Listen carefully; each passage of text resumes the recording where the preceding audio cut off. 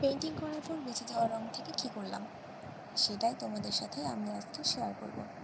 Hello guys, welcome to my YouTube channel. আজকে তোমাদের সাথে যে ফ্লাওয়ার পেন্টিংটা আমি শেয়ার করব সেটার একটা ঘটনা আছে। আমি একটা অন্য পেন্টিং করছিলাম, তো সেই পেন্টিংটা থেকে পেন্ট করতে গিয়ে দেখলাম যে এই রঙটা আর লাগছে না, কিন্তু আমার অনেকগুলো রঙ আর কি গুলানো হয়ে গেছে। কী করবো, এই জন্য এই কালারটাকে আমি কাজে লাগাতে চেয়েছিলাম।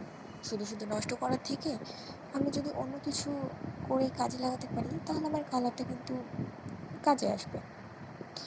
তো সেই জন্যই আমি এই ফ্লাওয়ারটা পেন্টিং করেছি। এটা জানি যে খুব একটা ইউনিক কিছু না, বাট তারপরও আমি সিম্পলভাবেই জাস্ট ফ্লাওয়ারটা করেছি। তো কেমন হয়েছে তোমরা বলো। Thank you, tata, subscribe please.